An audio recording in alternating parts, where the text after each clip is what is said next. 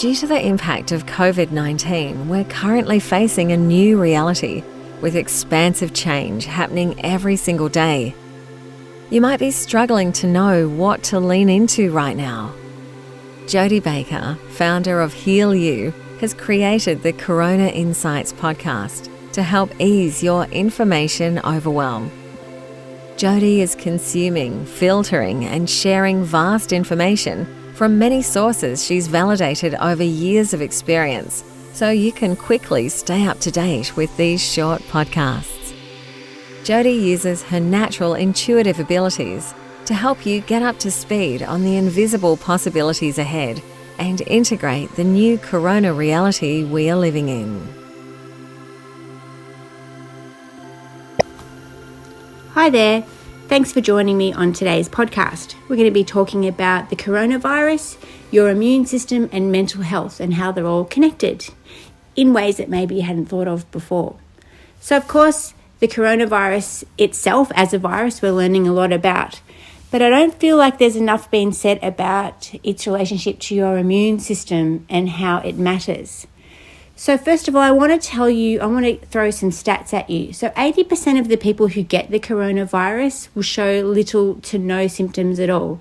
So basically what that means is that the virus will enter your body, and depending on how strong your immune system is, will actually determine how heavily affected you'll be by the virus. So if you've got a really strong immune system, of course, you're just going to have small amount of symptoms. But if you've got a very weak immune system, then it's going to hit you pretty hard. And so far, 97% of the people who have actually died from the virus itself have had at least one underlying medical illness already.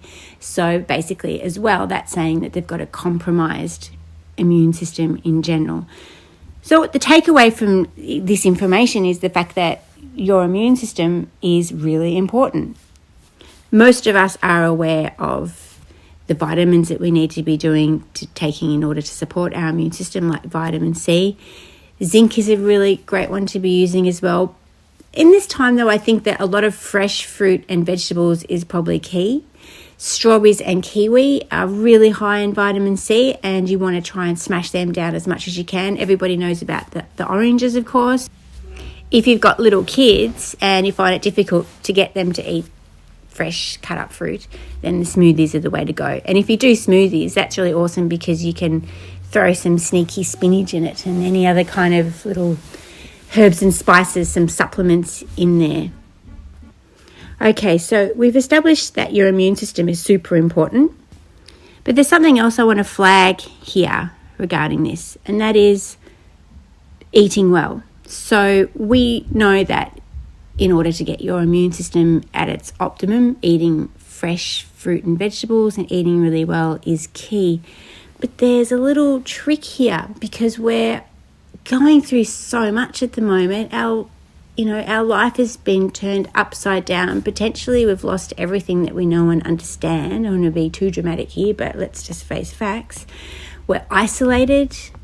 Our whole world is kind of just been, the wool's been pulled out from underneath us. And that can really affect your mental health. And one of the things that can happen when you start to lose your mental health is you want to start eating comfort food. You want to start eating your feelings. You want to eat crap. So, and I've been feeling it myself. That's kind of why I'm talking about it, or how I noticed it, because I've always been like a really healthy eater and I'll eat heaps of fruit. I mean, for me, I would only eat basically fruit until mid lunchtime, or just not basically just fruit, but fruit or vegetables or sort of a raw diet up until about mid-afternoon. And I'll have celery juice every morning as well. Since all this has been happening, I'm noticing that I haven't really wanted my celery juice that much. I've been wanting to have toast or have chips or just have warm, comforting food. And I'm thinking, that's so weird. What's this all about? And then I realised because my mental health is kind of slipping.